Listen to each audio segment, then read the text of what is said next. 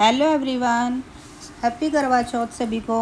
तो मैं बताऊंगी आज आपको अपनी वीडियो में करवा चौथ की संपूर्ण विधि। तो आइए पूजा करते हैं माता करवा चौथ की। तो सबसे पहले हम चावल लेंगे आसन के लिए। दोनों करवों के लिए हमने चावलों से आसन सजा दिया है और उसके बाद हम माता का चित्र लगाएंगे। हमने कैलेंडर लिया है, आप चाहे तो तस्वीर भी ले सकते हैं माता करवा चौथ की। फिर हम करवा रखेंगे। तो हमने करवा ले लिए हैं। सबसे पहले हमने करवा रख दिया है। अब हम करवा स्थापित करते हैं। हमने एक मिट्टी का करवा ले लिया है, दूसरा हमने स्टील का करवा ले लिया है। एक पे हमने बताशे रखे हैं और दूसरे पे हमने आटा भरकर रख दिया है। हमारे यहाँ आटा ही रखा जाता है, किन्हीं किन्हीं बहनों के यहाँ गेहूँ भी रखे जाते हैं, चावल रखे जाते हैं, पर हमारे यहाँ आटा ही रखा जाता है, इसलिए हमने आटा भरकर रख दिया है। और फूल हमने करवों को लिए चढ़ा दिए हैं और हम मौली बांधेंगे। अब दोनों करवों पे हम कलावा बांध देते हैं। दोनों करवों पर कलावा बांधने के बाद हम माता को रोली से तिलक कर अब हम रोली ले लेते हैं। लेने के बाद हम करवे पर स्वास्तिक बनाएंगे। दोनों करवों पे हम स्वास्तिक बनाएंगे, जो कि बहुत ही शुभ होता है स्वास्तिक बनाना। स्वास्तिक हम दोनों को बनाने के बाद माता को भी तिलक करेंगे और हमने चंद्र देवता को भी तिलक लगा दिया है। सबको तिलक लगाने के बाद अब हम गौरी माता जो हमने मिट्टी से बनाई हुई है, हमारे यहाँ गौरी माता मिट्टी से बनाई जाती है, उनका पूरा श्रृंगार किया जाता है। जैसे उनको काजल लगाया जाता है, बिंदी लगाई जाती है, उनको नेल पेंट भी हमारे यहाँ लगाया जाता है। वह हम गौरी माता के रूप में हम गौरी माता को यहाँ विराजित करेंगे और उनको भी ऐसे श्रृंगार करेंगे जैसे हमने किया है। पूरी श्रृंगार की सामग्री माता को चढ़ाएंगे और उनके लिए वस्त्र आभूषण जो भी आप रखना चाहें सामग्री में आप रख सकते हैं। और जो हमने सामग्री चढ़ाई है वह हम माता को चढ़ाने के बाद अपने किसी घर की महिला को, सुहागन महिलाओं को दे सकते हैं। फिर हमने माता को फूल माला अर्पित की है, जो हम माता को नहीं पहना पाए हैं, इसलिए हमने माता को ऐसे ही अर्पित कर दी है। उसके बाद हम करवे को तिलक करेंगे। माता गौरी को भी तिलक कर दिया है हमने।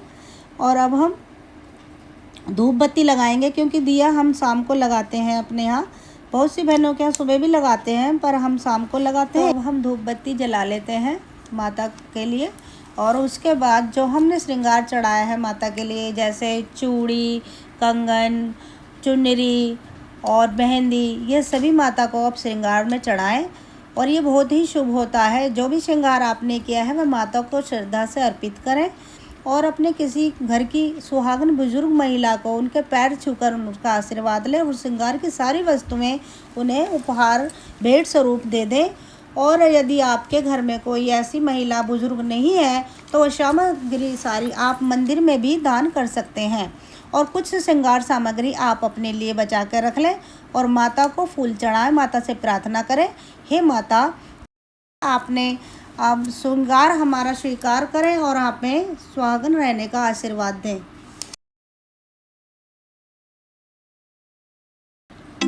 और माता को हमने फूल भी चढ़ा दिए हैं। जो महिलाएं घर पर रहकर पूजा करती हैं, बाहर महिलाओं के साथ नहीं सुन पाती, जो बिज़ी रहती हैं, सर्विस करती हैं, ऑफिस जाती हैं, तो वह पूजा किस प्रकार करें वह मैं आपको बताती हूँ।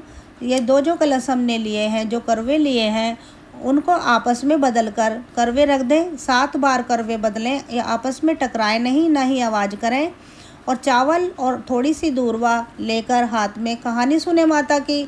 और जो कहानी में हमने चावल लिए हैं वह आप अपनी चुनरी में बांध लें। और कहानी किताब में हो तो आप सुन लें, नहीं तो किसी बुजुर्ग महिला से या किसी बच्चों के द्वारा भी कहानी सुन सकते हैं। हमने किताब से कहानी सुन ली है, संपन्न कर ली है।